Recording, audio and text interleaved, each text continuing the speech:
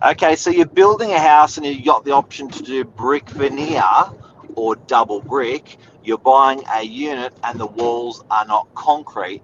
Does it really matter when it comes to buying property? Stay tuned. We're going to talk about it today.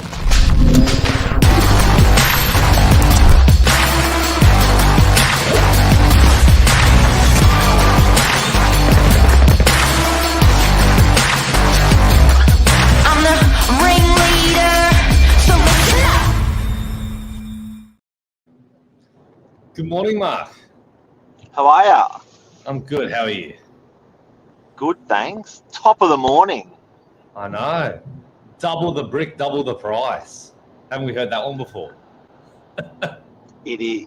Do you know what? It seems like it's a topic that we don't talk about much anymore. And in the 90s, 2000, people talked about it a lot. You know, they were really, the double brick thing and the concrete slab thing was real and it was good. It depends who you talk to. I think people, maybe some of our older clientele, definitely still gets brought up quite a lot. And then I find from some of the younger clientele, it doesn't get brought up unless they've got someone that's older that's in their ear about it.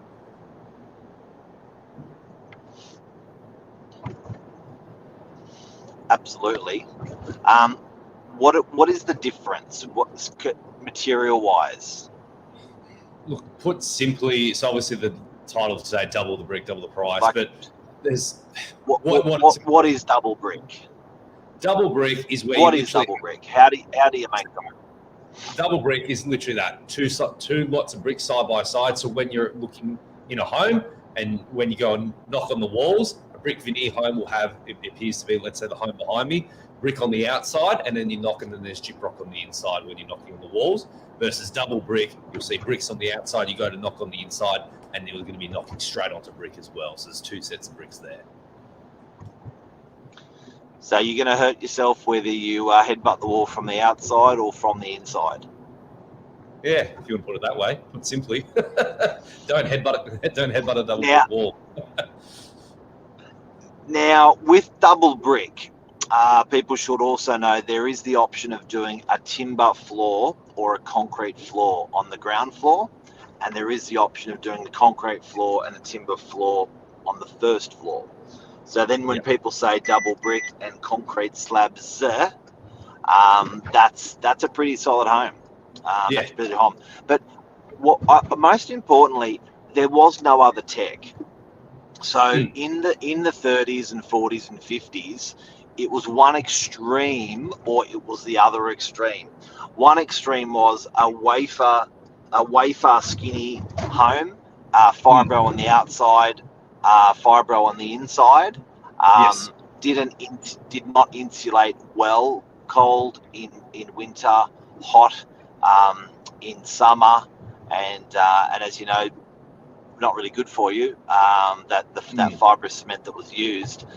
And then there was the other extreme, which was the technology was, stone, I guess, long time ago, which went over to bricks, and then which went over to sort of concrete. So, technology's changed. That's the biggest thing that's brought us to where we are today. Yeah, I think you nailed it in terms of the technology. It was just ill-simplified. You either had something that when you build a brick home with concrete slabs, it was built to last, it was built solid, versus you could only go to the other extreme, which was literally building something that was so fragile that, especially with the technology of the materials then, was not guaranteed to last, and it didn't last very long as well. So you went, okay, I'm either going to do a cheaper build or I'm going to do this maybe it wasn't as expensive back then, but something that's really, really solid because there was no real in between. And I think these days there is now a whole plethora of just different in-betweens that people can do depending on budgets. And a big thing I think it comes down to is cost. So and back then it was the same thing, I guess. It was cost prohibitive to be building the amount of labour that went into a double brick home or concrete slabs or whatever that is, or concrete wall sort of home. A lot more costly. Now, I think something we should talk about before we move over to how that affects your pricing is the actual tech. I guess it's all about the user, the people, the homeowner. And when these guys are living in their home, it's about comfort. And these were pretty uncomfortable homes in the last couple of generations. In the 50s, 60s, 70s, if it was a fibro home and you were really, really hot in summer and you were really, really cold in winter, noise transmission was also a thing between rooms and between the road. It was, and the weather. It was just a harsher place to live in. But what actually happened is the technology just got so good with lightweight construction. It almost had the same acoustic and thermal properties and solar properties as a brick, with this cladding, cheaper form of construction, the cladding. So what started to happen was, when they were cladding the outside of the home or they were gyprocking the inside of the home, the products got really good. So people sort of started going, well, I don't actually think I need to do the whole brick thing. Well, yeah, and if you're able to save on labour, you're able to save on the amount of build material with it, and you get a similar result, you can understand why it's moved in that direction. And I think for people, when you're looking at buying a property, even building a property, you've got to really nail down why exactly you want to build with a particular construction, like in terms of what type of materials you want to use. I find that a lot of people that I speak to, maybe sometimes it's a bit too simplistic in terms of they don't know why it's good. They just know it's good. And then they go, well, this one's bad because I've been told it's bad. Versus like when you actually speak with a builder and they go, well, feasibility to actually make this work and achieve what you want to achieve, Mr. Owner, there's a few different range of options. Well, I sold this, even transfers over to units, because I distinctly remember a unit block I was selling. There was 80 units in the unit block, and that's a big unit block. It was 7 stories, 10, 12 units per floor, whatever it was. And I remember buyers were coming through, knocking on the wall, and the buyers had a really hard time because units were probably the last class of housing to actually move over to lightweight construction. And being such an enormous building, they were like, you've got to be kidding me. How can I be living in a building this big and knocking on the walls and the walls aren't strong? It really changed people's perception. And I'll tell you what the developer did. They armed our sales team with the product that was being used. They armed our sales team with the product that was being used compared to brick, side by side. Yes. And then they armed us with the acoustic score that their walls achieved, and the thermal score that their walls achieved. And also the physical distance was actually bigger between the cavities, so it breathed in between a little bit more. Yeah. And they proved scientifically that yes, it's not a brick wall or a concrete wall which you'd expect between units, but it's safer fire-wise, it's safer thermal-wise, it's better noise-wise than a brick wall. And that started turning people around. Yeah. Well, look, if the science is there, it's hard to argue with it. And it's like anything in life where there's an older mentality with something that's always hard to change people's perceptions of things, especially when you have the science there, but then the media gets involved and they go, your lightweight constructions are not good. They're just cutting costs. And then that just completely changes everyone's perceptions as well. But when you dig down to it, there was lots of very poorly built brick homes back then as well. And people always, and I find this really interesting where you go, like some of the newer builds, people go, I wouldn't touch a new build. It's built poorly. There's no guarantee of that. There's lots of ones that have been built well. I'm sure there's lots of ones that have been built poorly. I can almost guarantee for all your 1960s, 1970s red brick blocks around the northern beaches, let's say specifically DY, there's a lot of them that were built well, and there's a lot of them I think that weren't built so well as well.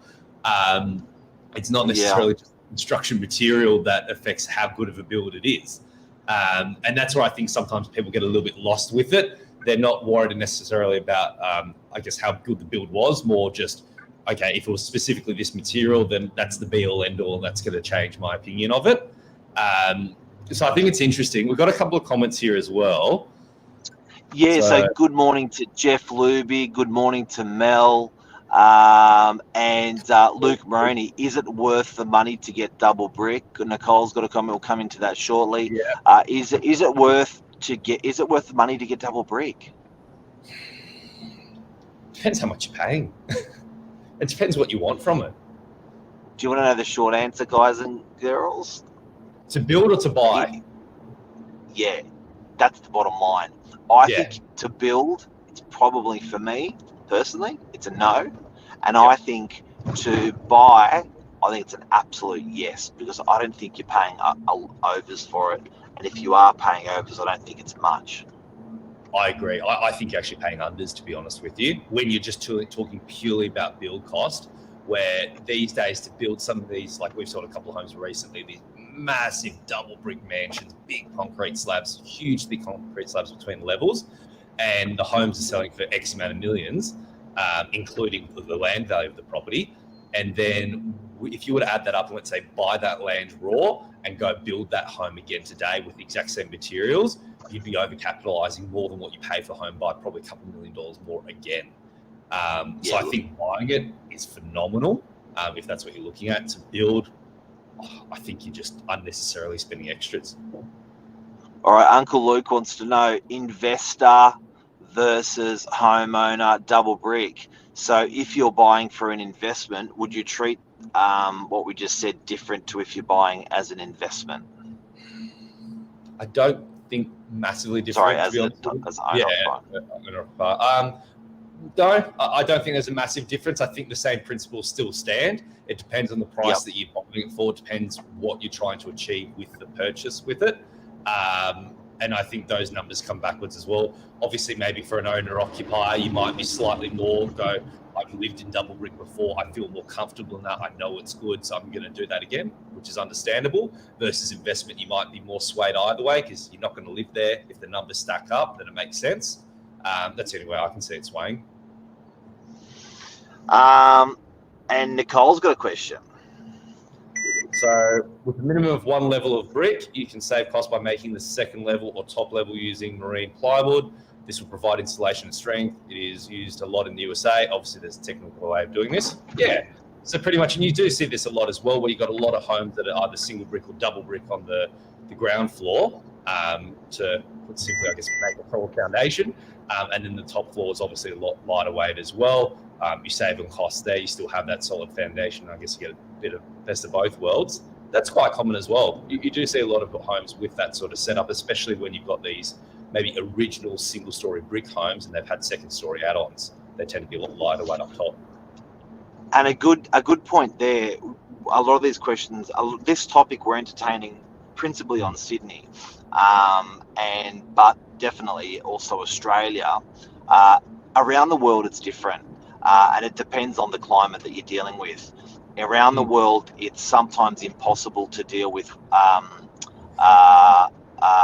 different types of construction. For instance, if it's an area that's due to gets faults built on a fault, it gets earthquakes and stuff like that on a regular basis. There are cities that have that, and the buildings are built to shake, and lightweight construction is a better build.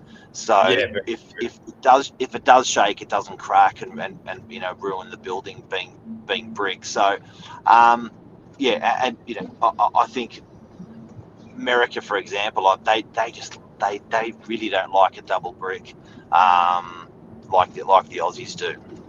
Yeah, it's very true. Or especially a lot of the European background Aussies as well. That's sort of where the comes from, because there's a lot of the old Europeans double the brick, double the price. That's sort of where that light-hearted joke comes from, where they go, well, I've got a double brick home, so it's more solid, it's worth more.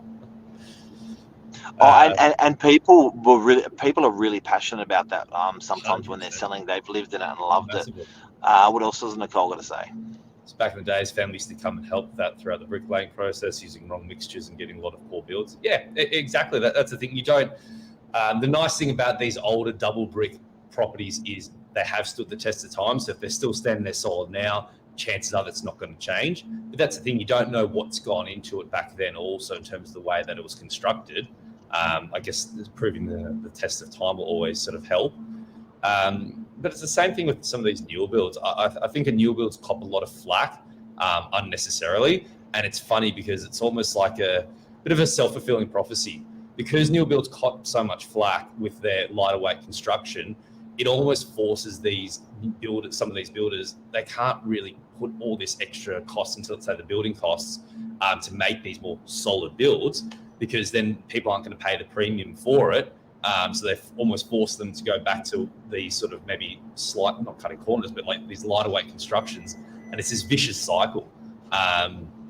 It's really interesting to see from the outside looking in, especially on being a real estate agent, us speaking with all these buyers, hearing about people's opinions with it. It's a really tough nut to crack, I think. Yeah. And look, that's people that are aware of double brick or cladding and the type of build these days is probably less. Michael, what would you say when you're dealing with buyers on a house? How many buyers, say you had 50 people through your open house, Yes. How many of those 50 people would have this awareness that we're talking about today?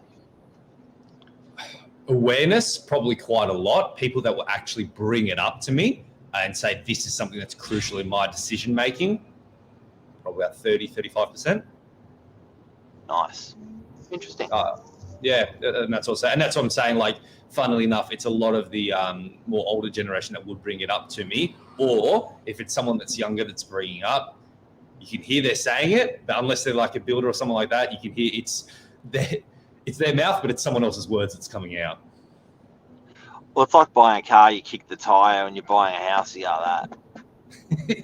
Yeah, exactly. Got to knock on the walls. Ooh, solid. Another wall.